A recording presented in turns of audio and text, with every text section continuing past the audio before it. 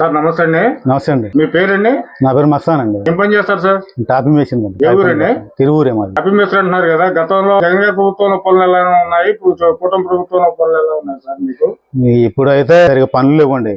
గతంలో జగన్మోహన్ రెడ్డి గారి ప్రభుత్వంలో అయితే పనులు బాగున్నాయి. ఎందుకని అంటారు? గతంలో పనులు చేయాలంటే గతంలో సంక్షేమ పథకాలు అన్ని ఇచ్చాడు జగన్మోహన్ రెడ్డి గారు. ప్రతి ఇంటికి కూడా ఏదో రూపంలో, చేయూత రూపంలో గానీ, అమ్మఒడి రూపంలో గానీ, ఈ సంక్షేమ పథకాల రూపంలో ఏదో డబ్బులు ఇచ్చేవాడు. కొద్ది గొప్ప వెసులుబాటు జరిగేది.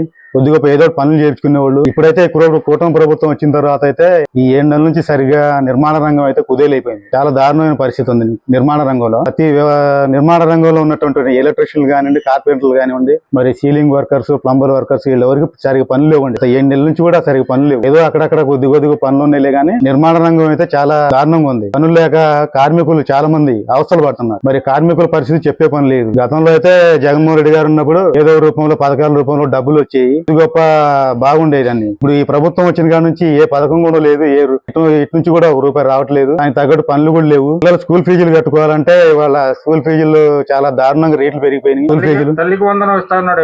తల్లికి వందనం ఏమి లేదండి. తల్లికి వందనం లేదు, తల్లికి వందనం లేదులే కానీ అన్నకి ఇంధనం మాత్రం బాగా ఇచ్చాడండి. ఇవాళ మందు తాగే వాళ్ళకి మాత్రం బాగా ఇస్తున్నాడు.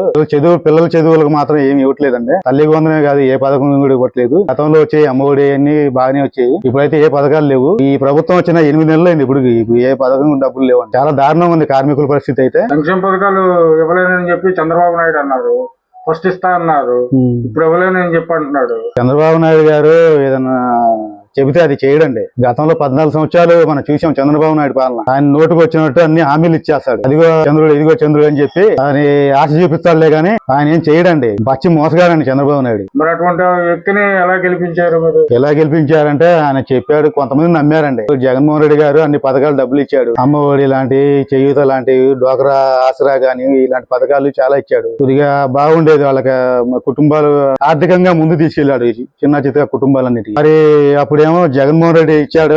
మరి చంద్రబాబు నాయుడు ఏమో ప్రతి ఇంటికి వెళ్ళి, ప్రతి ఊరికి వెళ్ళి నేను అమ్మఒడి, తల్లికి వందనం అని చెప్పి ఇంట్లో ఎంతమంది పిల్లలు ఉంటే అంతమందికి నేను 15,000 ఇస్తానన్నాడు. ఆడవాళ్ళకి నెలకు 1,500 ఇస్తానన్నాడు. ఉచిత గ్యాస్ బండ్లు డబ్బులు ఎట్లా వస్తున్నాయండి మీకు?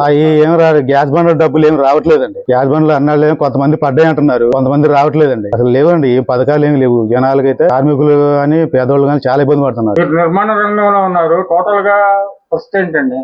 చాలా దారుణంగా ఉందండి పరిస్థితి. పనులు అయితే పెద్దగా లేవు. రియల్ ఎస్టేట్ బాగా పడిపోయింది. వర్క్ ఎవరు చేపించడానికి ముందు రావట్లేదు. కార్మికులు కూడా పనులు లేక చాలా దారుణంగా ఉంది. కార్మికుల పరిస్థితి కూడా తినడానికి కూడా సరిగా పరిస్థితులు లేవు. కార్మికుల పరిస్థితి చాలా దారుణంగా ఉంది. ఇప్పటికిప్పుడు ఎన్నికలు పెడితే ఏ ప్రభుత్వం వస్తుంది అనుకుంటున్నారు? ఇప్పటికిప్పుడు జగన్ వస్తేనే బాగుంటుందండి. జగన్ వస్తేనే అన్ని రంగాలు